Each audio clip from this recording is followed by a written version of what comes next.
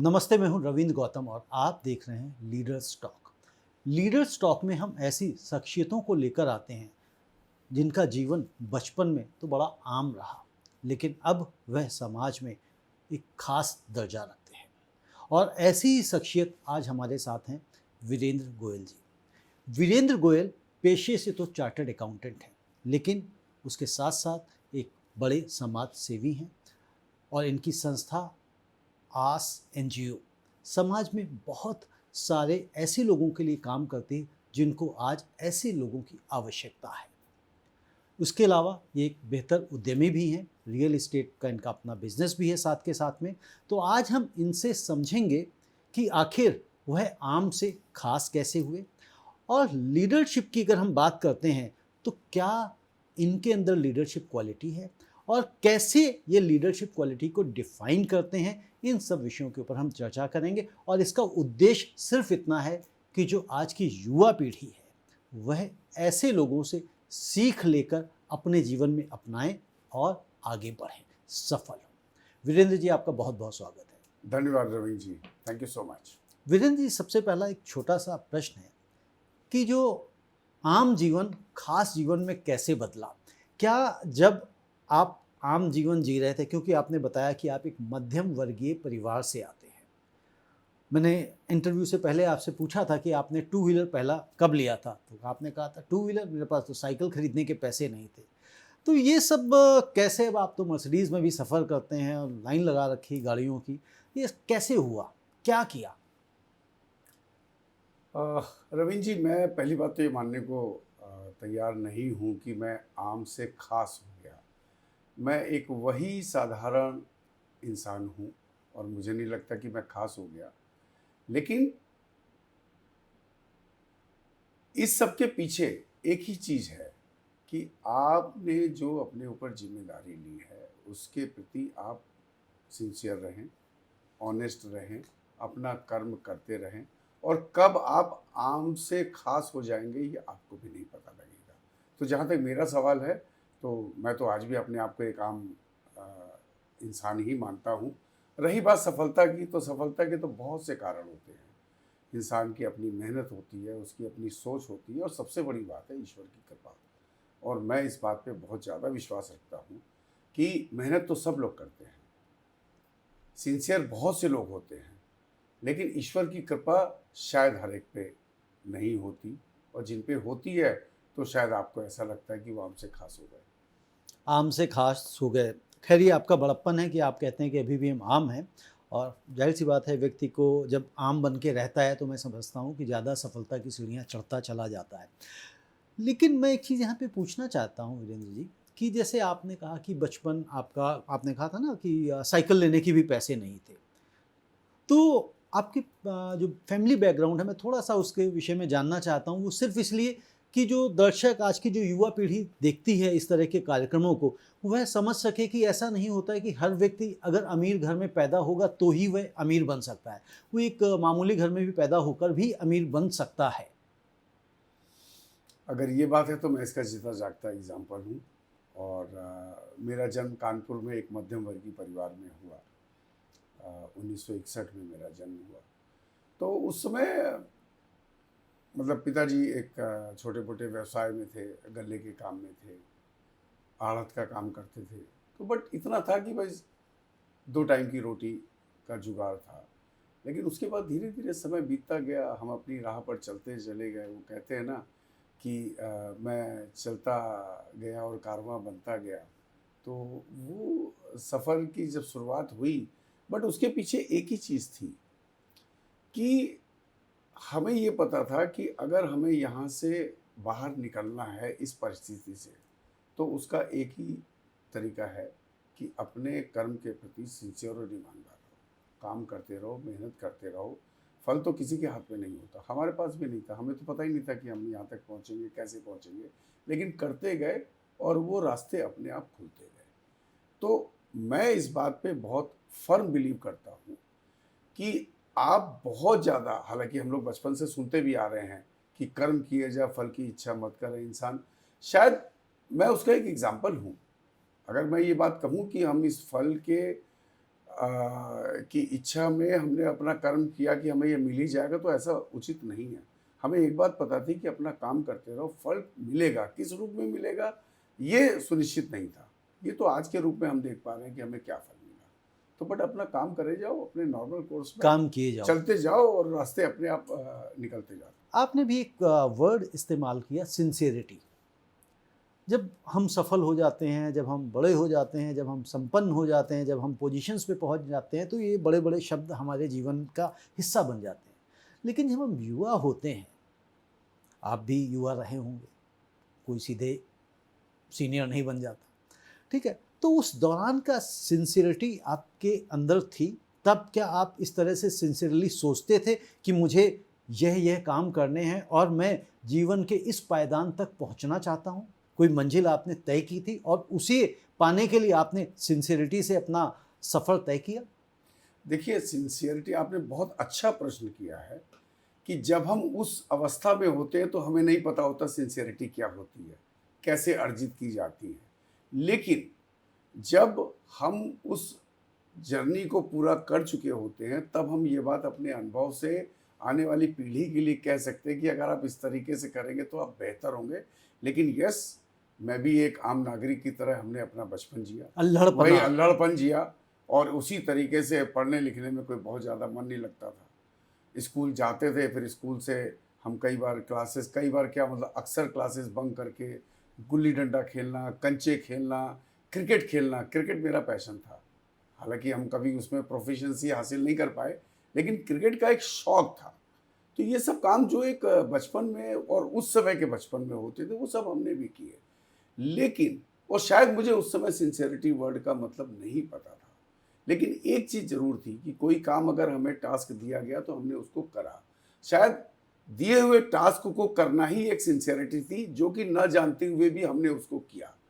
लेकिन अब चूंकि हम यात्रा कर चुके हैं, तो हम कह सकते हैं कि अगर सिंसियरिटी के साथ किया जाएगा तो जर्नी बेहतर होगी। तो आपको लगता है कि अगर आपने कुछ और ज़्यादा सिंसियरिटी के साथ काम किया होता तो क्या जीवन आज जहाँ पे हैं उससे कुछ और बेहतर हो सकता था? रविंद्र जी, मैं ऐसा बिल्कुल नहीं मानता अपने जीवन में। ये तो एक काल्पनिक चीज़ें हैं कि ऐसा होता तो ऐसा हो जाता। मैं ये मानता हूँ कि जो हुआ है यही ईश्वर द्वारा निर्धारित था। तो घूम फिर के बाद फिर वहीं पर ही आती है कि आप अपना काम करे जाओ, और आपको पता तो होता नहीं है कि उसका रिजल्ट क्या होगा, लेकिन रिजल्ट आते हैं। तो इसलिए ऐसा होता, मैं अगर इसको और बेहतर करता तो मेरे रिजल्ट अच्छा होते, मैं ऐसा नहीं मानता। वीरेंद्र जी, जैसा आपने कहा, मतलब हालांकि बात तो दार्शनिक हो रही है आप, कि भी कर्म किए जा, बाकी सब ईश्वर की कृपा से ही होना है जो कुछ होना है। लेकिन हम जब भी कोई कार्य करते हैं, हमारी कहीं ना कोई एक्सपेक्टेशन तो होती ही होती है। तो क्या आपने जो कर्म किए उनके पीछे कोई एक्सपेक्टेशन नहीं थी कि मैं ये काम करूंगा तो मुझे ये हासिल हो जाएगा? पहली बात। दूसरा, आपने कहा कि मेरा पढ़ाई में मन नहीं लगता था, मैं क्लासेस बंक कर लेता था, मैं गुल्ली डंडा खेलने चला जाता था, मैं कंचे खेलने चला जाता था। तो क्लासेस बंक करने वाला व्यक्ति, उसके बाद जिसका पढ़ाई में मन ना लगता हो, वह चार्टर्ड अकाउंटेंट कैसे बन गया? वेल, अपेक्षा नहीं थी ऐसा तो कहना गलत होगा, क्योंकि आप कोई काम करते तो अपेक्षाएं तो होती हैं, और होना चाहिए भी। अगर हम एक नॉर्मल जीवन व्यतीत कर रहे हैं तो उसमें हम कोई भी काम करते हैं तो किसी अपेक्षा के लिए करते हैं, उसके रिजल्ट के लिए करते हैं। वो एक नॉर्मल कोर्स में है। बट उस अपेक्षा को लेकर के आशंकित हो जाना और उसको फ्रस्ट्रेशन में लीड कर लेना, वहाँ पर मेरा क्वेश्चन है कि वो नहीं करना चाहिए। अपेक्षाएं रखेंगे तभी हमें मोटिवेशन मिलता है काम करने का। लेकिन अल्टीमेटली वही है, चूंकि रिजल्ट अपने हाथ में नहीं है, तो अपेक्षाएं अगर हैं, लेकिन उन अपेक्षाओं को ना मिलने पर आप फ्रस्ट्रेशन की तरफ ना बढ़ें। ये एक बहुत बड़ी लर्निंग है जो मेरे अपने जीवन की रही है। जो मिले उसको स्वीकार कर लें, क्यों कम मिला उसके लिए बेहतरी के लिए उपाय करें। आने वाले टाइम में आपको जो चाहिए आपको मिलेगा। और रही बात कि चार्टर्ड अकाउंटेंट कैसे बन गया, तो ये बड़ी इंटरेस्टिंग बात है कि 10वीं हमने उत्तर प्रदेश बोर्ड से की, हाई स्कूल जिसको बोलते हैं, तो बड़ी बेयरली हमने पास करा, किसी तरह से रो पीट के पास हो गए। हम 11वीं में एक स्कूल बदलने की तलाश में थे ही, तो अचानक हमारे पड़ोस में एक जो बाद में हमारे मित्र बन गए, एक सज्जन आए, और वो बड़े पढ़ाकू टाइप के थे। तो मैं जब उनको देखता था पढ़ने के स्टाइल से, वो ज़ोर ज़ोर से बोल बोल के पढ़ते थे, तो मैं उनकी तरफ अट्रैक्ट हुआ, हमारी मित्रता हुई। और उस इंसान ने, जो आज मुझे देख पा रहे हैं आप, उस इंसान ने मेरी ज़िंदगी बदली। उन्हीं के कहने पे हमें ज्ञान भारती इंटर कॉलेज में एडमिशन मिला बिराना रोड पर, जो कि शायद मैं एलिजिबल नहीं था। उन्होंने अपनी गारंटी पे मेरा एडमिशन कराया। उस समय हो जाते थे इस तरह से एडमिशन, क्योंकि वो खुद बहुत ब्रिलियंट स्टूडेंट थे और उन्होंने हमारे जीवन में जो रोल किया, और मैं आपके माध्यम से उनका शुक्रिया भी अदा करना चाहूँगा। उनका नाम है मिस्टर सुनीत टंडन, और आज हम 2023 में अपनी दोस्ती के 50वें वर्ष में प्रवेश कर चुके हैं। और बाई चांस 1 महीने पहले ही उन्होंने मुझे कॉल करके रिमाइंड कराया कि we have entered into 50th year of our friendship, and I became very emotional after hearing that. I didn't realise it has happened. तो उसके बाद जब एक बार आप सही ट्रैक पे आ जाते हैं, तो चार्टर्ड अकाउंटेंट बनेंगे ये भी निश्चित नहीं था। मुझे तो सीए का पता भी नहीं था। ये भी अपने आप में एक बड़ी अलग इंटरेस्टिंग स्टोरी है कि मैं कैसे चार्टर्ड अकाउंटेंट बन गया। मेरा तो सपना था एडवोकेट बनने का, अच्छा, हम लोग एडवोकेट बनना चाहते थे, लेकिन और वो बन अपने गए हम चार्टर्ड वो अकाउंटेंट। अपने मित्र की वजह से। नहीं, मित्र की वजह से नहीं। एडवोकेट में तो ये था कि जब हमने 12वीं पास कर ली और बड़े अच्छे मार्क्स से पास कर ली। अच्छा, मतलब 10th आपने रोपीट के किया था? 12वीं हमने उस समय मेरे शायद 58.5% मार्क्स आए थे, तो गुड सेकंड डिवीजन बोला जाता था। Second division, yes, good second division. तो आई यूज्ड टू हाँ, वो टेक मतलब आई प्राइड, थिंक क्योंकि जीवन में पहली बार इस तरह के मार्क्स 60% जी फर्स्ट जी डिवीजन भी हो 60% जाता। फर्स्ट क्लास की परसेंटेज कट ऑफ होते थे, तो मेरे 58.5% मार्क्स थे। गुड सेकंड डिवीजन से पास हुए। फिर हमें लगा कि अगर जीवन में करना है तो कुछ पढ़ाई करनी चाहिए। बट 77 में हमारे फादर साहब ने कानपुर से अपना बेस शिफ्ट करके दिल्ली करा। तो चूंकि हम यूपी बोर्ड से थे, तो फिर मैंने गाजियाबाद से अपनी ग्रेजुएशन पूरी करी। तो उस समय हमारा एक ही सपना था कि ग्रेजुएशन करके हम लॉ करेंगे, क्योंकि मैं जब भी किसी काले कोट वाले को जिरह करते हुए देखता था, सुनता था, उनके बारे में अखबारों में पढ़ता था, तो वो that used to excite me. मेरा एक आकर्षण था उसके प्रति। तो मैं एडवोकेट बनना चाहता था, लेकिन किस्मत ने चार्टर्ड अकाउंटेंसी लिखी हुई थी। तो उसके किस्मत बाद ने चार्टर्ड अकाउंटेंसी लिखी थी, तो उसने यहाँ पहुँचा दिया। यानी कि आपको मुजरिमों के बीच में ना पहुँचा के सेठों के बीच में, पैसे वाले लोगों के बीच में पहुँचा दिया, कह सकते हैं। कह सकते हैं। हर व्यक्ति की ना बचपन में, अपने युवा काल में एक तमन्ना होती है, आदर्श होते हैं, कुछ रोल मॉडल होते हैं कि मैं इस व्यक्ति की तरह अपने जीवन को जीना चाहता हूँ या ऐसा मैं बनना चाहता हूँ। जब आप अपने जीवन में आगे बढ़ रहे थे, तो क्या कभी कोई ऐसा व्यक्ति आपका रोल मॉडल बना कि मुझे अपनी लाइफ इसके जैसे जीनी है या मुझे इसके जैसे बनना है जीवन में?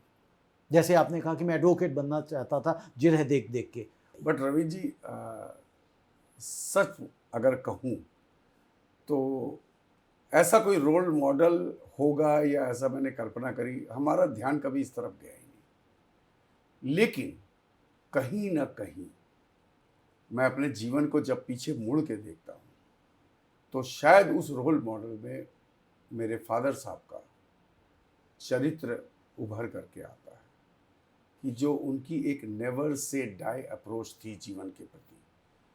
अभाव में रहते हुए भी किस प्रकार से जूझते हुए उन्होंने अपने परिवार को एकजुट रखा और उनका पालन पोषण किया, जो कि उनकी जिम्मेदारी थी। वो कहीं ना कहीं मुझे किसी जहन के कोने में था, और शायद उसने हमारे को मार्गदर्शन के रूप में आगे बढ़ाया। तो रोल मॉडल एज सच मैंने कभी नहीं विजुलाइज किया, लेकिन कहीं ना कहीं प्रत्यक्ष और अप्रत्यक्ष रूप से हमारे पिताजी हमारे रोल मॉडल बने। आपके रोल मॉडल बने। वीरेंद्र जी, अभी हम बचपन से जवानी से और जवानी से अब हम आगे की तरफ बढ़ रहे हैं।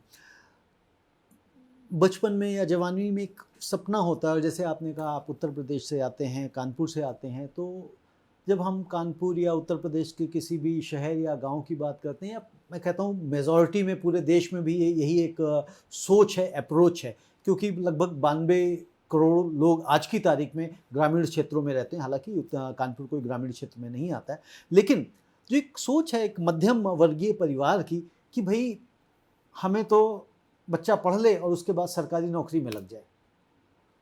तो क्या कभी आपके जीवन में ऐसा, पिताजी हालांकि आपके व्यवसायी थे, तो कभी ऐसा आपकी फैमिली में रहा कि आपको व्यवसाय करना है या नौकरी करना है, या आपकी सोच अलग थी और परिवार की सोच अलग थी? सच पूछो तो हमारे परिवार में किसी ने कोई सरकारी नौकरी आज तक नहीं करी, और जब मैं अपने टीन्स में था उस समय तक तो बिल्कुल भी नहीं करी किसी ने। तो नौकरी हमारी सोच का विषय कभी नहीं रहा, अच्छा, नौकरी का कभी भाव, कभी ख्याल मन में आया ही नहीं? परिवार में कभी नहीं रहा। परिवार में नहीं आया। लेकिन जहाँ तक मेरे बचपन की यादें जो मुझे आज याद हैं, जो स्मरण है, वो इस बात पे हमारा विश्वास था कि हम पढ़ लिख करके एक छोटी मोटी नौकरी करके अपना जीवन यापन कर लेंगे। लेकिन वो सरकारी नौकरी की तरफ कभी भी रुझान नहीं था, कि प्राइवेट नौकरियां भी उस समय मिलती थी। यहाँ पर सवाल इस बात का है कि किसी भी देश में हर व्यक्ति नौकरी नहीं कर सकता, सरकारी नौकरी नहीं कर सकता। किसी भी सरकार के पास इतने अपॉर्चुनिटीज नहीं होती हैं कि वो अपने देशवासियों को 100% जॉब सिक्योर करके प्रोवाइड करा दे। इसके लिए तो हमें ही अपने अंदर स्किल्स ऐसी पैदा करनी पड़ेंगी कि जो हमें आत्मनिर्भर बनाए, और हम किसी भी प्रकार से अपने सेल्फ एम्प्लॉयमेंट में रह करके अपना जीवन यापन करें, और साथ ही साथ हम कुछ रोजगार प्रोवाइड करें। क्योंकि जब तक ऐसा नहीं होगा तो ये प्रॉब्लम हमेशा रहेगी। रही बात माँ बाप की एक्सपेक्टेशन की, जो आपने जिक्र किया, माँ बाप की एक्सपेक्टेशन हो सकती है, बट उनकी एक्सपेक्टेशन नौकरी तो मैं नहीं कहूँगा कि 100% होती है। उनकी एक्सपेक्टेशन ये होती है कि मेरा बच्चा पढ़ने के बाद प्रॉपर जगह पे सेटल हो जाए और अपने जीवन यापन के लायक वो बन जाए, और उसका जो अपना परिवार है उसका लालन पोषण अच्छी तरीके से कर सके। But as I said earlier कि हर एक के लिए नौकरी, और सरकारी नौकरी तो खास तौर से पॉसिबल ही नहीं है। तो उसके लिए आपको खुद ही अपने आप को स्किल्ड करना होगा। और मैं तो एक बात ये भी कहूँगा इसी से कि आजकल इंटरनेट का ज़माना है। आजकल मैं देखता हूँ हमारी युवा पीढ़ी ज़्यादातर सोशल मीडिया पे अपने आप को एंगेज करके रखते हैं। तो बजाय इधर उधर की चीज़ें देखने के, अपनी स्किल्स को शार्पन करने के लिए उस मीडिया को यूज़ करेंगे। उसको, अगर मैं ये कहूँ कि उसको मिसयूज़ ना करके उसका यूज़ करें, तो ये एक बेहतर चीज़ होगी, और अपने आप को स्किल कर सकते हैं और एवेन्यूज ढूंढ सकते हैं कि how to sharpen their skills. बिल्कुल ठीक कह रहे हैं आपकी। इंटरनेट का यूज़ करते हैं युवा पीढ़ी, मोबाइल पे खूब अपना टाइम नष्ट करती है। तो बिल्कुल वीरेंद्र जी सही कह रहे हैं कि आप अपने समय को सदुपयोग करें, ना कि उसका दुरुपयोग करें, और सिर्फ रील फालतू की देख के जो आपके सिर्फ इंटरटेनमेंट्स के लिए चीज़ें हैं उनको ना देखें, बल्कि ये देखें कि आप अपनी स्किल्स को कैसे बढ़ाएं, इन्हांस करें, जिससे आपको जीवन में वो पैसे कमा के दे सकें। वीरेंद्र जी, जैसा अभी आप चीज़ें बता रहे हैं कि आप धीरे धीरे चीज़ें बढ़ते गए, आपने कर्म किए। जब हम कर्म करने की बात करते हैं, जब आपको पहला कहते हैं ना, पहली कमाई, हर एक की पहली कमाई कोई ना कोई तो होती ही है, तो ऐसी पहली कमाई कौन सी थी जिससे आपको खुशी मिली कि यार ये तो मैंने सोचा नहीं था और ये हो गया? इसी वाक्य में मुझे खुशी कब मिली शायद मुझे याद नहीं होगा, लेकिन इससे रिलेटेड एक बात ज़रूर है जो कि मेरे जहन में आज तक है। जब मैंने 1984 में अपने सीए एग्ज़ाम्स पास किए, तो जहाँ पर मैंने ट्रेनिंग करी थी वहीं पर ही हमने अपना जॉब स्टार्ट किया। तो जिस समय मैं सीए फाइनल के पेपर दिए थे, उस समय हमारी जो सैलरी थी वो 750 या 800 रुपये पर मंथ। तो जब मैं सीए क्वालिफाई कर गया तो वहीं पर ही जब उन्होंने इच्छा जाहिर करी कि आप कंटिन्यू करें, तो हमारी सैलरी उस समय 1500 रुपये हुई। और आप यकीन मानिएगा कि जब मुझे ये बात पता लगी तो मेरा बस एक ही मन कर रहा था कि मैं किसी तरीके से घर जाके अपनी माँ से ये बात शेयर करूं। और मैं घर आया, और आज भी मुझे वो एक एक सीन याद है। हम उस समय वॉल्ड सिटी में रहते थे। तो जब मैं घर आया और मैंने अपनी मम्मी से ये बात शेयर करी कि मेरी तनख्वाह 1500 हो गई, उन्होंने रो रो करके घर भर दिया, खुशी के आंसू। मतलब वो 1500 रुपये का सुनने के बाद जो घर में एक खुशी का माहौल आया, वो शायद आज मैं करोड़ों रुपए भी कमा करके शायद वो खुशी नहीं हासिल कर पाऊंगा या कर पाता हूँ जो 1500 की खबर सुन के हमारी माँ को। तो यानी कि मात्र 750 रुपये बढ़ने से, या 800 रुपये, है ना, जो भी है, मतलब कुल मिला के वैसे तो खुशी की बात थी क्योंकि सैलरी दोगुनी हुई। और बिल्कुल आपने सही कहा, और मुझे जब आप ये बता रहे थे तो मैं भी कहीं अपने आप को लिंक कर रहा था। तो डेफिनेटली जब आप शुरुआती दौर में जब आपको ये अचीवमेंट्स मिलती हैं तो मुझे अब ऐसा लगता है कि जो फाइनेंशियल अचीवमेंट अब चाहे कुछ भी हो जाए, बट वो जो खुशी उस वक्त आई थी वो शायद कभी भी नहीं आ पाएगी। और हकीकत है ये, जो पहले जब छोटी छोटी कभी कोई काम मिल जाता था, हम लोग करते थे, उसमें से कुछ रियलाइजेशन होती थी, फीस आती थी, तो उसकी जो खुशी होती थी आज वो कहीं ना कहीं मिस करते हैं। कहीं ना कहीं मिस करते हैं, या यूं कह लें कि वो वाला खाता पूरा हो गया, ईश्वर की कृपा वाली जो हम बात कर रहे थे, हो जी। सकता है ईश्वर ने सिस्टम बनाया हो कि भैया ये वाली खुशी तुमको एक ही बार मिलेगी। वीरेंद्र जी, जब आपने कहा कि जॉब की आपने शुरुआत में, तो अपना बिजनेस करने का ख्याल कब आया? आपको कब लगा कि मुझे अपनी प्रैक्टिस करनी चाहिए? आपको कब लगा कि मुझे दूसरे एवेन्यूज़ भी तलाशने चाहिए? ये ख्याल कैसे आए? या ये ऐसी कैसी सिचुएशन बनी कि आप अपने व्यवसाय में आए? वेल 84 जुलाई में हमारा रिजल्ट आया, और जहाँ से मैंने ट्रेनिंग की थी, mister Ramesh Chandra Gupta, chartered accountant, जो हमारे बॉस थे और जो कि Shri Ram college of commerce में लेक्चरर भी थे, तो उनके साथ मैंने 93 तक काम किया। और उन्होंने, उनका भी एक योगदान है मेरे जीवन में, उन्होंने मुझे पॉलिश किया, मुझे वो टेक्निक्स सिखाई। तो फिर मुझे लगा कि अब एक 1980 से 93 का एक लंबा अंतराल हो गया, मुझे अपना कुछ शुरू करना चाहिए। उसके बाद फिर मैंने 93 में वहाँ से सेपरेट हो करके अपना अलग वेंचर शुरू किया। ऑफ कोर्स अपने एक पुराने मित्र के साथ पार्टनरशिप में करके कुमार पियूषन कंपनी के नाम से चार्टर्ड अकाउंटेंसी की अपनी प्रैक्टिस, इंडिविजुअल प्रैक्टिस शुरू करी। और एक जुनून था, एक पैशन था, दिन रात काम करके हमने अपना एक नाम कमाया और तरक्की करी, तरक्की के नए आयाम छुए। और उसके बाद rest is history. Rest is history.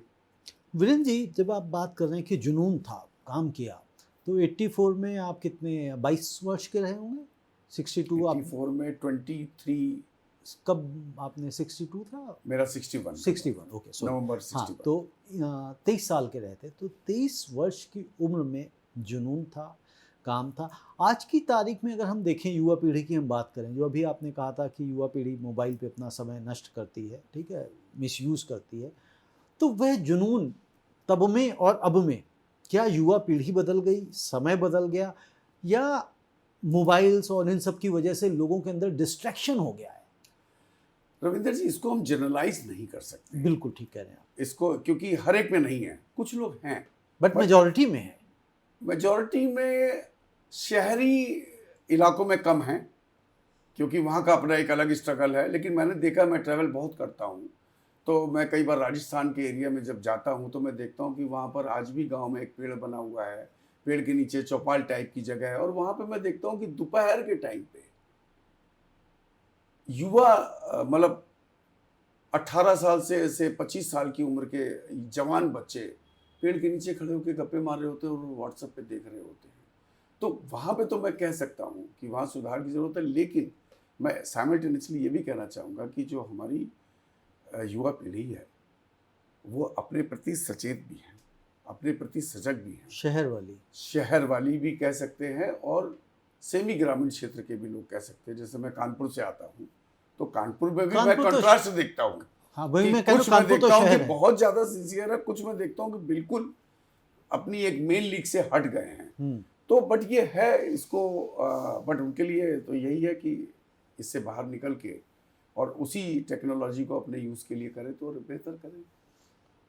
युवा काल में व्यक्ति को, युवकों को कितने घंटे काम करना चाहिए? दिन में 24 घंटे होते हैं, कितने घंटे काम करे वो, जिससे वो सफल होने की संभावनाएं उसकी प्रबल हो जाए? रविंद्र जी, ये बड़ी सब्जेक्टिव चीज़ है, इसको हम जनरलाइज फिर मैं कहूँगा कि नहीं कर सकते।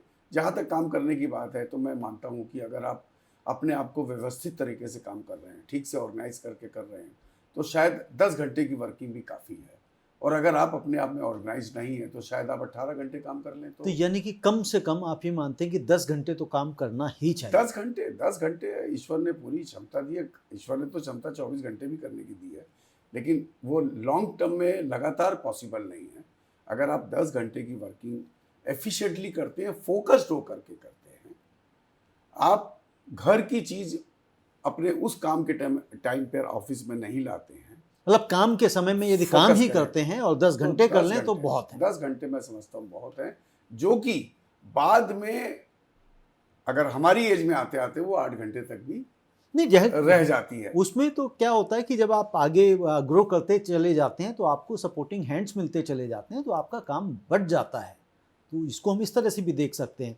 लेकिन आपके हिसाब से जो आपका कहना है कि भाई 10 घंटे यदि व्यक्ति फोकस होकर काम कर ले तो उसकी सफलता मैं ऐसा के मानता हूँ कि वो पर्याप्त है। हाँ, पर्याप्त है। अब इसमें एक और प्रश्न यहाँ पे मैं पूछ रहा हूँ, क्योंकि मैं युवाओं के नज़रिए से भी प्रश्न पूछ रहा हूँ और मैं चाहता हूँ कि वो इससे मोटिवेट हो। क्योंकि जैसे मैंने कहा कि युवा अपनी एजुकेशन पूरी कर लेता है, उसके बाद वो सोचता है सरकारी नौकरी के लिए प्रयास करता है। मैं जो सेमी आप ग्रामीण क्षेत्रों की बात कर रहे थे, बट उसको जब नौकरी नहीं मिलती है तो वो हताश हो जाता है। क्योंकि मैंने बहुत सारे इस तरह के प्रोग्राम्स किए जहाँ पे युवा अपनी रोज़गार को लेके हमें अप्रोच करता रहता है कि साहब आप हमारे लिए प्रोग्राम करिए, क्योंकि सरकार नौकरी नहीं निकाल रही है। और जब नौकरी नहीं निकालती तो वो कहता है जी हम अपना टाइम मोबाइल देख देख के, यूट्यूब और इंस्टाग्राम देख देख के काटते हैं। तो उनको आप क्या संदेश देना चाहते हैं कि भैया आपकी एजुकेशन पूरी हो गई, नौकरी अगर सरकारी नहीं मिल रही तो उनको अपने टाइम का सदुपयोग कैसे करना चाहिए जिससे उनके जीवन में आगे चल के सफलता आनी शुरू हो जाए? रविंद्र जी, बात बड़ी सिंपल सी है कि मैंने जैसे कि पहले भी कहा कि सरकार के ऊपर अपनी निर्भरता छोड़ दीजिए। हो जाए बहुत अच्छी बात है, लेकिन आप उसके भरोसे अपना जीवन व्यतीत नहीं कर सकते। उसके लिए हमें खुद के लिए अपने आप को तैयार करना होगा। और वो तैयार करना, जैसे एग्जाम्पल के तौर पर मैं बताता हूँ, जो हमारे युवा ग्रामीण क्षेत्र में है, क्योंकि मैं अगेन उत्तर प्रदेश से आता हूँ तो उसका इन्फ्लुएंस मेरे ऊपर है। और उत्तर प्रदेश एक बहुत बड़ा प्रदेश है और बहुत बड़ी पॉपुलेशन के साथ है, और वहाँ पर युवा बहुत ज़्यादा हैं जो कि ग्रामीण क्षेत्र में हैं। तो खाली ट्रेडिशनल मेथड से काम करते रहेंगे तो उससे आने वाले टाइम में अब गुजारा नहीं है। आप, हमारा कंट्री भी, पूरा वर्ल्ड एक ग्लोबल विलेज हो गया है। पहले तो बाहर की चीज़ें हम नहीं पता लगा सकते थे, लेकिन अब तो सोशल मीडिया के माध्यम से 1 सेकंड में विदेश में क्या हो रहा है, इंडिया में वो घटित होता है। सबसे बड़ा एग्जांपल हम इजराइल का ले सकते हैं। अगर हम खेती की बात करते हैं तो इजराइल ने उन अपने चैलेंजेस को पार करते हुए नई नई टेक्निक्स ग्रामीण क्षेत्र में खेती के लिए फॉर एग्जांपल ईजाद करी हैं, जो कि आजकल सोशल मीडिया के माध्यम से हमें मिलती हैं, देखने को मिलती है, समझने को मिलती हैं। तो वहाँ से हम अपने आप को भी स्किल कर सकते हैं। हम उस टूल को इस्तेमाल कर सकते हैं जानकारी तक पहुँचने के लिए, और वहाँ से हम अपने आप को खोजें कि कहाँ पे कोर्सेज हो रहे हैं। जाहिर है कि विदेश जाना हर एक के लिए संभव नहीं है, लेकिन हम इंडिया में रह करके भी अपनी स्किल को शार्पन कर सकते हैं। और हमें अपने आप को खुद को मजबूत करना होगा अगर हमें इस समस्या से उभरना है। सरकार के या किसी प्राइवेट जॉब के भरोसे रह करके आप अपना समय वेस्ट नहीं कर सकते। अपना कीमती समय है। नहीं वेस्ट कर सकते हैं, अपने जीवन को वेस्ट नहीं कर समय सकते। बहुत कीमती है। समय को सदुपयोग करते हुए आप अपनी तैयारी आज से ही शुरू करें, और समय लगेगा लेकिन चीज़ें पॉजिटिव होंगी। जी, वीरेंद्र जी आपने बहुत अच्छी बात कही कि भी समय का सदुपयोग करें। और जैसा वीरेंद्र जी ने कहा, इजराइल का एग्जाम्पल दिया एग्रीकल्चर को लेके, और हमारे देश को हमने भी पढ़ा है, आपने भी पढ़ा होगा और आज भी शायद पढ़ाया जाता होगा कि भारत एक कृषि प्रधान देश है। तो जो लोग ग्रामीण क्षेत्रों में रहते हैं उनको ये सोचना चाहिए कि उनके खेत में खेती कैसे आधुनिक तरीके से हो सके, और उसके लिए आप यूट्यूब में जाके इजराइल का जैसे बताया, और भी मैं समझता हूँ बहुत सारे लोग इस तरह के वीडियोस डालते रहते हैं कि क्या खेती करनी चाहिए, कौन सी फसल के दाम अच्छे मिल रहे हैं, किसकी डिमांड ज़्यादा है। तो अगर डिमांड एंड सप्लाई को देखते हुए यदि आप अपनी खेती करते हैं तो मैं समझता हूँ उसमें भी आपको नौकरी की जो तलाश की बात करते हैं वो ख़त्म हो जाती है। मैंने एक आपसे सवाल किया था कि आपको पहला वेतन या पहली कमाई पे कब खुशी हुई थी, तो एक और इससे खुशी से जुड़ा हुआ सवाल मुझे आया कि कौन सा वाहन खरीदने में आपको सबसे ज़्यादा खुशी महसूस हुई। मैं ये नहीं पूछ रहा हूँ कि वो मर्सिडीज थी या वो स्कूटर था या वो बाइक थी या कार थी, क्या था वो? रवीन जी, वैसे तो बड़ा सब्जेक्टिव है, सवाल है, हाँ, इसीलिए सबको आंसर भी सब्जेक्टिव लेकिन मेरी अपनी जहाँ तक व्यक्तिगत बात है तो मैं 92 में पहली बार एक पुरानी फिएट खरीद के लाया, और वो fiat if I remember correctly वो कम से कम 25-30 साल पुरानी थी। उस समय जो उसको ला करके जो एक फीलिंग आई, एक सेंस ऑफ अकम्पलिशमेंट आया, वो शायद आज बड़ी गाड़ियों में भी नहीं महसूस होता है। जो थ्रिल, जो एक्साइटमेंट उस समय महसूस तो हुई 92 में एक पुरानी फिएट लेकर के। हालांकि उसके बाद आई थिंक 1 साल रखने के बाद हमने उसको डिस्पोज ऑफ कर दिया, बिकॉज उसके मेंटेनेंस का अपना एक अलग चैलेंज था। But yes, proud moments. तो इसी पे थोड़ा सा और मैं पूछता हूँ कि जैसे आपने कहा थ्रिल था, तो जो पहले दिन लाए थे, तो उस दिन आपको जिस दिन लाए थे और जिस दिन लाने वाले थे, मतलब एक दिन लाने से पहले आपको पता होगा कल मुझे लेने जाना है, तो जिस दिन लेने जाना है उस दिन नींद आ गई थी आपको? और जिस दिन लेके आए थे, क्या उस दिन भी आपको नींद ठीक से आ गई थी? नींद तो आ गई थी, लेकिन इसमें भी बड़ा इंटरेस्टिंग है कि जब मैं लेने गया वहाँ पे, मुझे अच्छी तरह याद है, मैं कैलाश हिल्स के ऊपर किन्हीं सज्जन के पास गया था लेने। तो शायद वो किसी काम में व्यस्त थे, तो वो बाहर आने में बहुत टाइम लगा रहे थे। वो टाइम बहुत मुश्किल से कटा कि किसी तरह से डील फाइनल हो और हम अपनी गाड़ी में गाड़ी बैठे गाड़ी सेल्फ में बैठ मारे। करके सेल्फ मार के चले।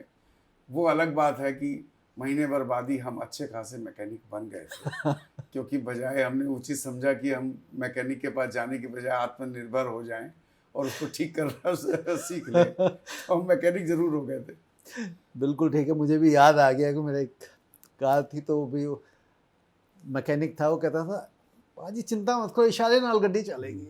बट उसका कहने का मतलब इशारा कौन सा था वो नहीं समझ में आया, बाद में समझ में आया, कहता जी धक्का मारो पीछे से। कई बार ऐसा हमारे साथ भी हुआ। वीरेंद्र जी, आप कुल मिला के ओवरऑल एक लग्जूरियस लाइफ जी रहे हैं। उम्र भी आपकी 62 हो चली है, सरकार 60 साल में कहती रिटायर हो जाओ, लेकिन अब आपका अपना काम है, अपना व्यवसाय है, तो रिटायरमेंट तो होनी नहीं है। बच्चे आपके 2 हैं, मैरिड भी हैं और साथ के साथ एस्टेब्लिश भी हैं। अब आपके पास जिम्मेदारी किस चीज़ की है? क्या करना चाहते हैं जीवन में? क्या ऐसे ही पैसों के पीछे भागते रहना चाहते हैं, और इकट्ठे कर लूँ, और 2-4 करोड़ और 100 करोड़ रुपए इकट्ठे कर लूँ, क्या करना चाहते हैं? आज के युग में रविंद्र जी, सरकार की रिटायरमेंट की एज से वास्तविक रिटायरमेंट का कोई लेना देना नहीं है। वो महज एक आंकड़ा है, और हमारे जैसे जो सेल्फ एम्प्लॉयड प्रोफेशनल्स हैं वो कभी रिटायर नहीं होते। ऑन द कॉन्ट्रेरी, 60 के बाद तो वो अनुभवी होते हैं। वो इस पोजीशन में ज़रूर आ जाते हैं कि जो भी उन्होंने 35 साल, 40 साल, 45 साल काम किया है, उसके अनुभव का एक एनकैप्सूल बना करके वो दूसरों की मदद कर सकते हैं, और अपने नॉलेज को इम्पार्ट करके, शेयर करके एक बेहतर वर्किंग एनवायरनमेंट क्रिएट कर सकते हैं, ऐसा मेरा मानना है। तो जहाँ तक मेरे करने का सवाल है, तो हमारी तो कभी भागने की चाहत नहीं रही। मैं बाय नेचर बहुत एक लेड बैक सा इंसान हूँ, कभी भाग दौड़ी में हमारा विश्वास नहीं रहा। लेकिन अब जिम्मेदारियां तो इंसान की कभी ख़त्म नहीं होती, लेकिन आपको कहीं ना कहीं अपना एक डिफाइन करना होता है कि एक लाइन ड्रॉ करनी होती है कि आप कहाँ पर रुकना है और कहाँ तक आपको चलना है। तो मैं समझता हूँ ईश्वर की कृपा से बच्चे हमारे सेटल हो गए। दोनों बच्चे मैरिड हैं, अपनी अपनी लाइफ में हैप्पली मैरिड हैं, खुश हैं, अपने अपने काम में बिजी हैं। तो मुझे लगता है कि मेरी जो पर्सनल इच्छा है वो ये है कि जो मैंने एक्सपीरियंस गेन किए हैं during the course of last 43 years of my working experience, वो मैं अब समाज के साथ साझा करूँ। आज बहुत से मेरे मित्र हैं जो किसी न किसी चैलेंज से, सभी लोग गुजरते हैं, हम लोग आम इंसान तो चैलेंज से गुजरता ही है। तो मुझे अब इस बात में थोड़ा सा एक सेटिस्फैक्शन मिलती है कि मैं अपने एक्सपीरियंस शेयर करके उनकी लाइफ को कुछ आसान कर सकूं। तो अभी तक तो हम लोग समाज से लेते ही आए हैं, चाहे वो सब्सिडाइज्ड एजुकेशन के रूप में लिया हो, चाहे वो यूसेज ऑफ इंफ्रास्ट्रक्चर हो सरकार द्वारा, वो तो आज भी चलता रहेगा। लेकिन चलता रहेगा। अब दिली इच्छा ये है कि अपने लिए बहुत कर लिया, अब कुछ समाज के लिए भी करते रहना चाहिए। हालांकि ये हम आज से करीबन, आज 2023 है, तो 2003 में हमने शुरू किया था अपनी एक यात्रा आस एनजीओ के रूप में। तो वो पिछले 20 वर्षों से हमारी चालू है, और उससे हमें एक फ़ायदा जो सबसे बड़ा हुआ कि हमें कभी इस बात का एहसास ही नहीं हुआ कि अब 60 के बाद क्या, क्योंकि वो एक कॉन्टिन्यूटी में चला आ रहा है। मतलब जो यात्रा, जो लोग कहते हैं ना कि समाज सेवा की जब बात करो तो लोग कहते हैं अभी क्या करना, 60 साल के बाद करेंगे, 70 के बाद करेंगे, यानी कि अभी तो मेरे अपने लिए कमाने की आवश्यकता है। तो वह यात्रा आपने आज से 20 साल पहले ही शुरू कर दी थी, जिस वजह से शायद आप कह रहे हैं कि मुझे समझ नहीं आ रहा कि ऐसा कुछ क्या सोचूं, क्यों तो मैं पहले से ही कर रहा हूँ। लेकिन इस संस्था के माध्यम, आस के माध्यम से आप समाज का किस तरह से भला कर रहे हैं, और आगे फ्यूचर प्लान अगर मैं बात करूं अगले 10 सालों में या 15 सालों में आप क्या सोचते हैं कि मैं किन लोगों की लाइफ में इस संस्था के माध्यम से, अपने माध्यम से इम्पैक्ट डाल सकता हूं? रविंद्र जी, सबसे पहले तो मैं एक चीज़ क्लैरिफाई कर दूं कि ऐसा सोचना कि हम समाज का भला कर रहे हैं, ये शायद उचित नहीं होगा। अगर हम समाज के लिए कुछ कर रहे हैं तो यकीन मानिए कि वो हम अपनी सेल्फ सेटिस्फैक्शन के लिए, अपनी प्राइड के लिए कर रहे हैं। एक सेंस ऑफ फुलफिलमेंट, एक सेंस ऑफ अचीवमेंट की फीलिंग होती है, जो कि आपको at the end of the day कहीं ना कहीं सेटिस्फाई करती है। तो सच कहूँ तो समाज के लिए ना करके हम ये अपने लिए कर रहे हैं। और मेरा ये मानना है कि समाज किससे बना है, लेकिन समाज डायरेक्टली और इनडायरेक्टली समाज का तो भला हो ही रहा है। वो है, वो एक बाय प्रोडक्ट है, बट प्राइमरली हमारा अपना हो रहा है। डेफिनेटली वो और मैं एक बात और कहना चाहता हूँ इसमें कि समाज क्या है, समाज हमसे और आपसे बना है। बिल्कुल। मेरा ये बहुत फर्म बिलीफ है कि अगर हम और आप जिससे समाज बना है, अगर हम खुश हैं, जो काम हम कर रहे हैं उसमें हमें खुशी मिलती है, हम संतुष्ट हैं, तो एक अच्छे समाज का निर्माण तो वैसे ही हो जाएगा। और जब अच्छे समाज का निर्माण होगा तो अच्छे राष्ट्र का निर्माण तो वैसे ही हो जाएगा। तो हमें बहुत बड़ी बड़ी बातें करने की ज़रूरत नहीं है, लच्छेदारी करने की ज़रूरत नहीं है। बहुत सिंपल सा काम करना है कि अगर हम सब अपने आप से प्रण लें, अपने आप में ये डिसाइड कर लें कि हमें खुश रहना है, संतुष्ट रहना है हर हाल में, तो अच्छे राष्ट्र का निर्माण अपने आप ही हो जाएगा और एक अच्छा ग्लोबल विलेज अपने आप तैयार हो जाएगा। It's a very simple concept. Virendra ji, आपकी बातों से ऐसा लग रहा है आप वाक्पटुता में बहुत माहिर हैं। आपने कहा हम लच्छेदारी वाली बातें नहीं करते। अब मैं एक ऐसा प्रश्न आपसे पूछने जा रहा हूँ तो आपकी वो पता लगेगा कि वाक्पटुता है या आप बिल्कुल सही बोल रहे हैं। आपके साथ काफ़ी सारे लोग काम करते हैं, क्या वह टीम, वह एम्प्लॉयज़, चाहे वो घर में काम करने वाले लोग हों या ऑफिस में काम करने वाले लोग हों या साइट पे काम करने वाले लोग हों, आपसे प्रसन्न रहते हैं?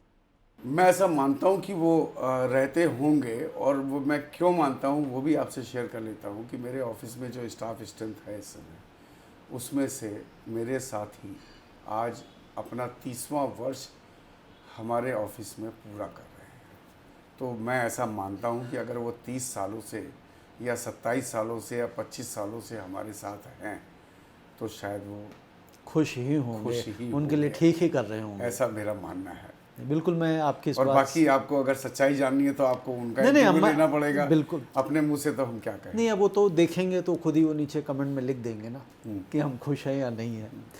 तो नहीं, ये बिल्कुल आपने सही बात कही। अगर लोग प्रसन्न होंगे तो लंबे साथ आपके साथ चलते हैं। और हालांकि जो आपने कहा, समाज के लिए जब हम काम करते हैं तो हम, आप सब लोग जानते हैं कि बहुत सारे ऐसे लोग भी होते हैं कि समाज के लिए काम करते हैं। कई बार वो सिर्फ अपनी तस्वीर खिंचवाना चाहते हैं, कहीं लगाना चाहते हैं, कहीं दिखाना चाहते हैं, लेकिन जो उनके इर्द गिर्द रहने वाले लोग हैं, उनके साथ काम करने वाले हैं, उनके यार दोस्त हैं, उनके रिश्तेदार हैं, उनकी तरफ उनका ध्यान नहीं जाता है कि कभी अगर वो मुसीबत में हो तो उनकी वो मदद करें। बट होलिस्टिक जीवन जीने के लिए समाज में और जीवन में बहुत काम करने पड़ते हैं। जहाँ तक लीडरशिप की बात है तो what is leadership? The ability to take the masses along, सबको साथ ले कर चलने की कला को ही तो लीडरशिप कहते हैं। अकेला चल के आप कहाँ पहुँचोगे? एकला चलो रे वाली कॉन्सेप्ट आई डोंट थिंक कि आज की डेट में कोई बहुत ज़्यादा उसका कोई मायने है, जब तक कि आपके पीछे आपके सपोर्ट में लोग ना चले। तो अकेला चलने से आप कुछ हासिल नहीं कर पाते। हाँ, वो कहा भी जाता है ना, कहावत है पुरानी हिंदी की एक शायद कि अकेला चना भार नहीं फोड़ बाहर सकता। नहीं फोड़ सकता। बिल्कुल ठीक। बिल्कुल ठीक है। तो अगर हम बात, आपने जो ये कभी थोड़ी देर पहले कही थी कि 60 साल की उम्र हो गई, हमने इतना अनुभव ले लिया, इतना तजुर्बा ले लिया है, और इस अनुभव, इस तजुर्बे को समाज के साथ, सोसाइटी के साथ जिनको ज़रूरत है उनको बाँटना है, उनको शेयर करना है, जिससे वो लाभान्वित हो सकें अपने जीवन में। तो क्या आपने कोई ऐसा रोड मैप बनाया है? क्या आपने कहा जो मैंने अपने अनुभव के कुछ कैप्सूल्स बनाए हैं, कोई उनको पेन डाउन किया है कि मैं इस क्षेत्र में लोगों की मदद कर सकता हूँ और मैं इस तरह से करूँगा? ऐसा तो पेन डाउन तो नहीं किया है, लेकिन yes, during the course of time if I feel the necessity तो वो भी हम करेंगे। लेकिन इतना ज़रूर है कि मैं चूँकि एक चार्टर्ड अकाउंटेंट होने के नाते फाइनेंशियल वर्ल्ड से आता हूँ, तो मैं अपनी युवा पीढ़ी को जो भी मेरे इंटरेक्शन में आता है तो उसको एक बात ज़रूर कहता हूँ कि आप मेहनत कर रहे हैं, दिन रात मेहनत कर रहे हैं, पैसा कमा रहे हैं, उस पैसे को ढंग से डिप्लॉय करना भी बहुत बड़ा चैलेंज है। और अगर कम उम्र से एक अच्छी सेविंग्स की हैबिट डेवलप कर ली जाए, मिसाल के तौर पे कमाई में जब इंसान बिजी हो जाता है तो उसको, आज एक छोटी सी बात है, हेल्थ इंश्योरेंस है, हेल्थ इंश्योरेंस पे उसका दिमाग नहीं जाता या उसके बारे में उसके पास जानकारी नहीं है, और भगवान न करे कभी कोई फंस जाए तो उसको पता नहीं, करे मैंने हेल्थ इंश्योरेंस ली थी लेकिन वो पता लगा पर्याप्त नहीं है, या तो वो लिमिट से बहुत कम करा ली गई या लिमिट से बहुत ज़्यादा करा ली गई। तो मेरा जो अल्टीमेट गोल है, मुझे ऐसा लगता है कि इस तरह की चीज़ों पे मैं आ करके और इसको समाज के सामने अपने अनुभव को शेयर कर सकता हूँ। और आज आपसे, आपने एक बड़ी अच्छी बात कही जो कहीं ना कहीं दिमाग में चल रही थी कि इनको एनकैप्सूल करके, इनको जॉट डाउन करके एक प्रॉपर व्यवस्थित तौर पे इसको पब्लिक के सामने, पब्लिक जनता के के सामने सामने लेके लाया जाए। लाया जाए। तो वीरेंद्र जी, जब हम फाइनेंशियल लिटरेसी की बात कर रहे हैं, आप कह रहे हैं कि भई लोगों में ये एक वैक्यूम है, तो क्यों नहीं आप ये फाइनेंशियल लिटरेसी को एक अपनी मुहिम बनाते हैं और आज के तहत लोगों को जागरूक करने का काम शुरू करते हैं? कर सकते हैं, लेकिन जैसे कि आज का तो फुल फॉर्म ही यही है, attitudinal awareness in the society. क्योंकि हमारा मानना यह है कि आप किसी दूसरे को परिवर्तित नहीं कर सकते। अगर आपको कुछ परिवर्तन, डिसर्निबल परिवर्तन या दिखने वाला परिवर्तन लेके आना है, तो उसके लिए क्या कर सकते हैं आप अपने आप को चेंज कर सकते हैं। तो जब आपका नज़रिया ठीक होगा तो आपको सब कुछ ठीक दिखने लगेगा। तो एटीट्यूडनल अवेयरनेस इन सोसाइटी के नाम से जब हमने आज को चालू किया तो हमारा प्राइमरी फोकस था उसमें हेल्थ और एजुकेशन का। एजुकेशन में जाहिर है कि हम, जो हमारे प्रतिभावान छात्र हैं, ब्रिलियंट स्टूडेंट्स हैं, जो किसी वजह से आगे नहीं पढ़ पाते हैं, उनको गाइडेंस का अभाव है या संसाधनों का अभाव है, तो वहाँ पर आज टाइम टू टाइम, मैं ये तो नहीं कहूँगा कि बहुत ज़्यादा संख्या में हमने ये कर लिया, लेकिन एक प्रयास किया और सफल प्रयास किया। हेल्थ के क्षेत्र में हम लोगों ने एक बीड़ा उठाया हुआ है कि for creating awareness about cervical cancer. आपको पता है कि कैंसर में सर्विकल कैंसर और ब्रेस्ट कैंसर आपस में आँख मिचौनी का खेल खेलते हैं जी। नंबर 1 और 2 की प्रतिस्पर्धा चल रही है। तो हमने 2009-10 के आसपास ये पाया कि सर्विकल कैंसर के बारे में बहुत ज़्यादा अवेयरनेस जितनी होनी चाहिए उतनी नहीं है, और आंकड़े जो उसके जो दुष्प्रभाव हैं वो डराने वाले आंकड़े थे। तो हमारी वाइफ वर्षा गोयल, जो कि उसकी प्रेसिडेंट हैं, फिर उन्होंने इसके ऊपर काम करना शुरू करा। फॉर्चुनेटली हमें डॉक्टर अंशुमन कुमार का साथ मिला, डॉक्टर रीटा बख्शी का साथ मिला, जिन्होंने हमारे शुरुआती दौर से आज तक हमारे साथ रही हैं, हमें गाइड करती रही हैं। तो हमारा मानना यह है कि करने को तो हम इसमें कर सकते हैं, लेकिन एक ही एनजीओ में बहुत ज़्यादा चीज़ें अगर हम यानी कि करेंगे तो हमारा फोकस डाइवर्ट फोकस्ड होता होके है। चल रहे हैं। तो हम फोकस होके करना चाहते हैं। और एक बात मैं और शेयर करूंगा कि हम लोग चाहते हैं कि अब चूंकि हमारे भारत में ही सर्विकल कैंसर का वैक्सीन बनना शुरू हो गया है, तो हमारा अगला पड़ाव जो है वो एचपीवी वैक्सीन का के लगवाने का, कैंप लगाने का, उसका अभियान चलाने का हमारा अगला पड़ाव आज है। के तहत आज के तहत ही है। ओके। तो हमारी बातचीत चल रही है। कोई ऐसा टारगेट आपने लिया है कि मैं अगले 5 सालों में या 10 सालों में कितने लोगों को वैक्सीनेट करेगी आस? रविंद्र जी, दिल तो बहुत कुछ चाहता है करने को, दिल मांगे लेकिन मोर। दिल मांगे मोर, और होना भी चाहिए, क्योंकि वही एक आपके लिए एक सोर्स ऑफ इंस्पिरेशन होता है, मोटिवेशन का फैक्टर होता है। लेकिन हमें अपने रिसोर्सेज को भी देखना है, हमें अपने समय को भी देखना है। तो यस, हम यथासंभव प्रयास करेंगे कि जितना हम मैक्सिमम कर सकें। इसको संख्या में मतलब जितना निर्धारित बेस्ट करना पॉसिबल हो possible सकेगा, हो जितना करना चाहिए। आपने कहा कि ईश्वर की जैसी कृपा होगी तो ईश्वर जैसी कृपा करेगा तो उसके जी, अकॉर्डिंग चलेगा। जी। वीरेंद्र जी, हर व्यक्ति का कहते हैं ना, चाहे अमीर हो, गरीब हो, छोटा हो, बड़ा हो, किसी भी जाति प्रजाति या समाज से आता हो, सभी के एक चीज़ ज़रूर होती है सबके पास, शौक, हॉबी। आपकी कोई हॉबी है? मतलब गलत हो गया सवाल कि कोई हॉबी है, मैंने पहले ही कह दिया सबकी होती है, तो मैं कहूँगा कि आपकी क्या हॉबी है? हॉबी तो है। सबसे बचपन में तो हमने क्रिकेट इतना खेला कि हम कभी प्रोफेशनल स्टेज पर तो नहीं पहुंच पाए, लेकिन क्रिकेट आज भी देखने का शौक जिंदा रखा हुआ है। रात के 12 बजे भी अगर कोई मैच आ रहा है तो हम कोशिश ये रहती है कि हम उसको पूरा देखें। खेलने का समय अब तो खैर खेलने का तो शौक थोड़ा कम हो गया, लेकिन बचपन में बहुत खेला हुआ है। और दूसरा शौक है छोटा मोटा सिंगिंग का। अच्छा, सिंगिंग का। गाते हैं आप या सुनते हैं? हमें गवाया गया, ऐसा कह सकते हैं अच्छा। कि बात करीबन 2009 के आसपास की है। जाहिर है कि हम भी किसी दौर से गुजर रहे होंगे, कोई चैलेंजिंग दौर से गुजर रहे होंगे।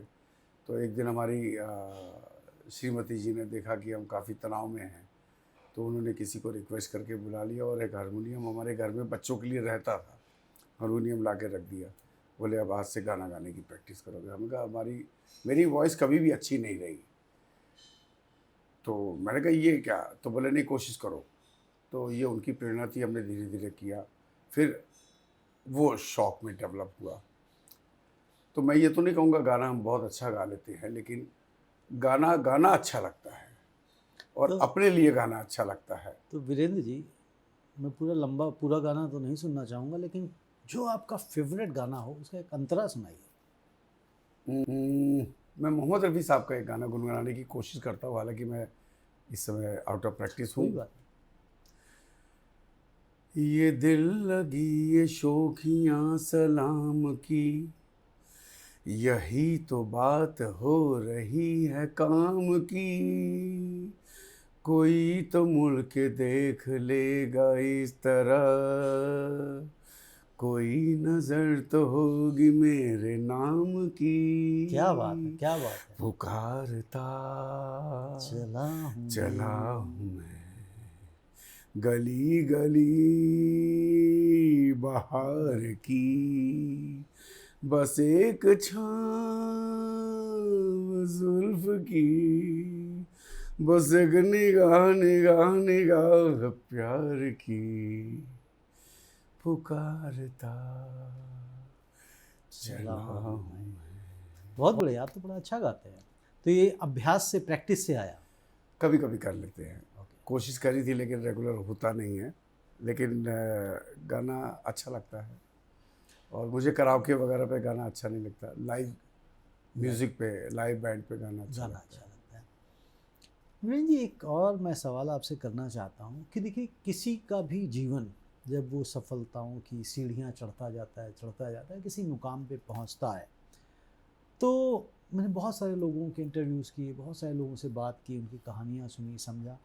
मुझे किसी का भी ऐसा नहीं मिला जिसने कहा हो कि मैं बिल्कुल ऐसे ही चला था और बस आगे चढ़ता चला गया। कभी ना कभी किसी को ठोकर लगती है, कभी कोई नीचे गिर जाता है, फिर कभी उठता है। तो क्या आपके जीवन में भी ऐसा कुछ घटित हुआ जिसने आपकी स्पीड को रोका हो, थामा हो, थोड़ा सा पीछे खींचा हो, थोड़ा सा अवसाद के क्षण लेके आया हो? वेल, बिजनेस रिलेटेड 2 इंसिडेंसेस रहे और मैं ये तो नहीं कहूँगा कि उन्होंने पीछे कर दिया। उन्होंने हमें अनुभव दिया आगे बढ़ने का कि और बेहतर तरीके से कैसे बढ़ा जा सकता है। जैसे कि मैंने अभी शेयर किया था कि 1980 से हमने जब ट्रेनिंग शुरू करी, उसी फर्म में हम 93 तक रहे। तो 93 के बाद जब हमने इच्छा जाहिर करी कि हम अलग करेंगे, तो वो एक थोड़ा चैलेंजिंग मोमेंट था। जिस तरीके से हम चाह रहे थे उस तरीके से नहीं हुआ, लेकिन थोड़ा सा एक ट्रबल चैलेंजिंग मोमेंट्स के दौरान हम उस पीरियड से गुजरे। फिर हमने अपना अलग शुरू करा, जहाँ पे जब हम निकले तो एक ऑलमोस्ट जीरो की शेप में निकले, लेकिन अनुभव हमारे पास था। तो यानी कि उन चैलेंजेस को आपने पॉजिटिविटी के साथ में देखा और अपॉर्चुनिटी समझा। फिर उसके बाद हमने 93 में कुमार प्यूषण कंपनी शुरू की, अपनी फर्म चार्टर्ड अकाउंटेंट्स की। 2005 में फिर हमारा उसी जो पार्टनरशिप हमारी थी उसमें एक फर्दर ब्रेक आया। फिर हम एक नए चैलेंजिंग दौर से गुजरे। लेकिन मैंने एक चीज़ महसूस करी, जब चैलेंजिंग दौर होता है तो आप बहुत परेशान होते हैं, बहुत विचलित होते हैं, तरह तरह के नेगेटिव ख्यालात आपके जहन में आते हैं जो आपको परेशान करते हैं, जो कि बहुत नेचुरल है, इसमें कुछ भी नई बात नहीं है। लेकिन मैं अगर एक लाइन में कहूँ, और जो मैं सबको मैसेज देना चाहूँगा कि कभी भी ऐसे दौर से गुजरे तो ओवर थिंकिंग नहीं करनी चाहिए, because over thinking always leads to sadness. वो आपको और ज़्यादा आशंकित करती है और अल्टीमेटली फ्रस्ट्रेशन होती है, फिर सैडनेस होती है। जो हुआ उसको हम एक्सेप्ट करें। अगर हम चैलेंजेस में हैं तो फर्स्ट वी मस्ट एक्सेप्ट कि that I am facing challenges, मैं कष्ट में हूँ।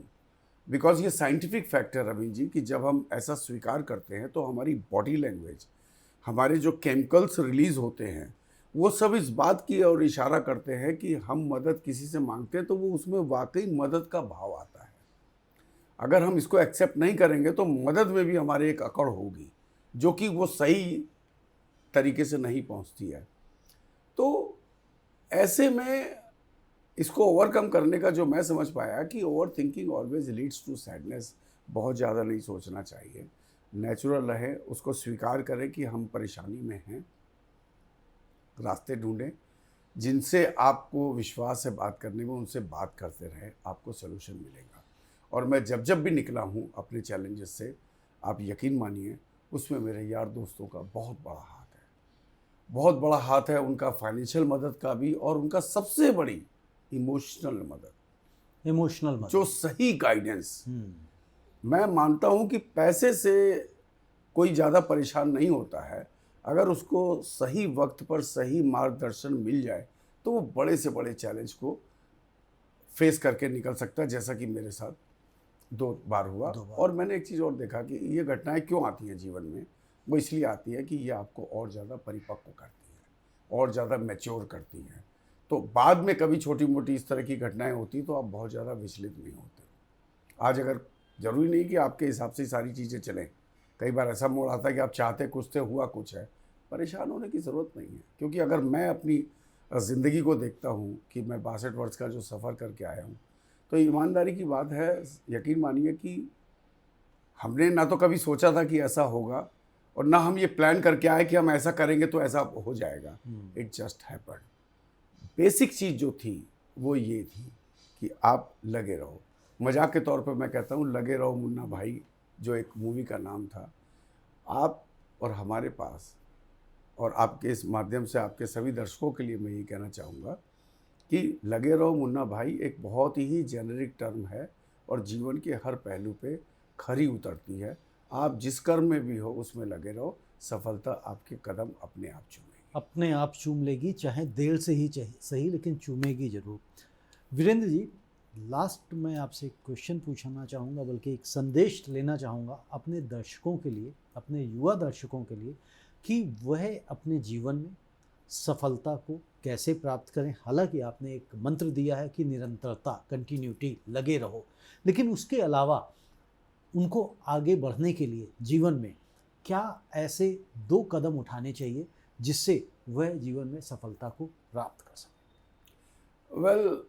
मेरे हिसाब से कंसिस्टेंसी एंड परसिस्टेंसी, लगातार निरंतर चलना ही शायद की टू सक्सेस है। क्योंकि किसी भी चीज़ के लिए बेसिक 2 इंग्रेडिएंट हैं। अगर आप कंसिस्टेंटली नहीं कर रहे हैं तो इसका मतलब you are not very serious to achieve your गोल।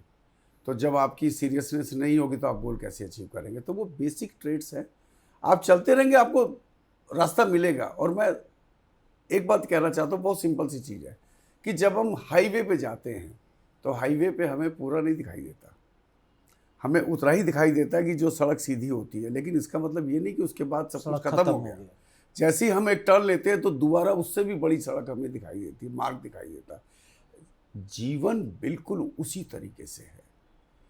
हमें जो दिख रहा है वो इस सामने दिख रहा है कि इस दीवार के बाद दुनिया ख़त्म नहीं हो गई है, बट जो सनातन सत्य है वो है ईश्वर, जो एक फेथ है, हमारा अपना फेथ है, उसको सब कुछ दिख रहा होता है। उसने हमारे लिए निर्धारित किया है कि हमें कहाँ पहुँचाना है, और धीरे धीरे आप चलते जाएंगे, रास्ता खुद ब खुद बनता चला जाएगा और आप सफलता अचीव करेंगे।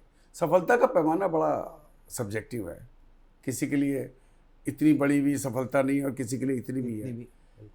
जिस भी चीज़ को आप हासिल करें, खुश रहें, जो मिला है उसको रैलिश करें। हमारी खुशी बहुत बड़ी अचीवमेंट की मोहताज नहीं होनी चाहिए। आज हमारे बच्चे ने अगर क्लास में कोई छोटी सी अचीवमेंट करी है, हम क्यों नहीं उसको सेलिब्रेट कर सकते? हम क्यों नहीं उसको यादगार मोमेंट के तौर पे हम उसको सेलिब्रेट कर सकते? जब हम सेलिब्रेट करेंगे, घर में खुशी का माहौल होगा, तो जो भी मोमेंट मिले हम सब उसको एंजॉय करें। बड़ी खुशी मिलेगी, बड़ी अचीवमेंट मिलेगी, बड़ी खुशी मिलेगी, वो अच्छी बात है, बट उसके चक्कर में हम छोटी छोटी इन पड़ावों को ना भूल जाएं, क्योंकि जब आपको लंबा डिस्टेंस ट्रैवल करके जाना होता है, आप एक साथ कभी भी नहीं जाते हैं। आप छोटे छोटे पड़ाव पार करके अपनी मंजिल तक पहुंचते हैं। तो बी हैप्पी, जो आप कर रहे हैं उसमें आपको खुशी मिलती है या नहीं वो इंश्योर करें। अगर मिलती है तो उसको एंजॉय करें। सफलता अपने आप आपको मिलेगी। सफलता अपने आप आपको मिल जाएगी। धन्यवाद वीरेंद्र जी, आपने जो अपनी स्टोरी साझा की और जो आपने मोमेंट्स बताएं, मैं समझता हूँ ये एक इंस्पिरेशनल स्टोरी है और जो हमारे युवा दर्शक हैं इसको समझेंगे और उसे अपने जीवन में भी अपनाएंगे। कई बार ये नहीं होता कि हमें सफलता पाने के लिए किसी दूसरी की स्टोरी को एज इट इज़ कॉपी कर लें। उसको आप अपने ढंग से जिएं और देखें कि कब, कहाँ और कैसे किस व्यक्ति ने संघर्ष के दौरान अपना जीवन जिया था और उसने कैसे अपनी हिम्मत रखी थी। मैं समझता हूँ वो उसको हौसला देती है। बहुत बहुत धन्यवाद और आशा करता हूँ जिस तरह से आपने कहा अपनी एनजीओ के माध्यम से आशा और आस दोनों एक दूसरे के पूरक से हैं, तो उससे भी जो आप अपने समाज के लिए, अपनी सोसाइटी के लिए जो कह रहे हैं कि बेसिकली वो मेरे लिए है, वो करेंगे तो समाज को तो कम से कम फ़ायदा पहुंचेगा ही। और आप जैसे ही लोग जीवन में आगे आते रहें, समाज में आगे आते रहें और समाज को अगर आगे बढ़ाते रहेंगे तो मैं समझता हूँ एक ना एक दिन हर तरफ खुशियाँ ही खुशियाँ होंगी। 100%। तो दोस्तों, जिस तरह से वीरेंद्र जी ने कहा कि बड़ी खुशी के लिए छोटी खुशियों को नज़रअंदाज ना करें, यानी कि जब आप लंबी दूरी तय करना चाहते हैं 1000 किलोमीटर की, 1200 किलोमीटर की, तो बीच बीच में छोटे छोटे ढाबे आते हैं, चाय की दुकानें आती हैं, तो चाय पीते हुए, खाते हुए, खुशियाँ मनाते हुए आप अपनी मंजिल तक पहुँचें। क्योंकि एक साथ अगर पहुँचना चाहेंगे एक ही बार में तो थक जाएंगे, निराश हो जाएंगे, समस्याएं आ सकती हैं और गाड़ी का इंजन भी गर्म होकर बंद हो सकता है। तो ऐसा ना करें। आपको ये प्रोग्राम कैसा लगा? आगे इस कार्यक्रम में या इस तरह के कार्यक्रम में आप किस तरह की हस्तियों से मिलना चाहते हैं, ये आप कमेंट बॉक्स में लिखें और साथ के साथ इस चैनल को सब्सक्राइब करें। धन्यवाद, नमस्ते।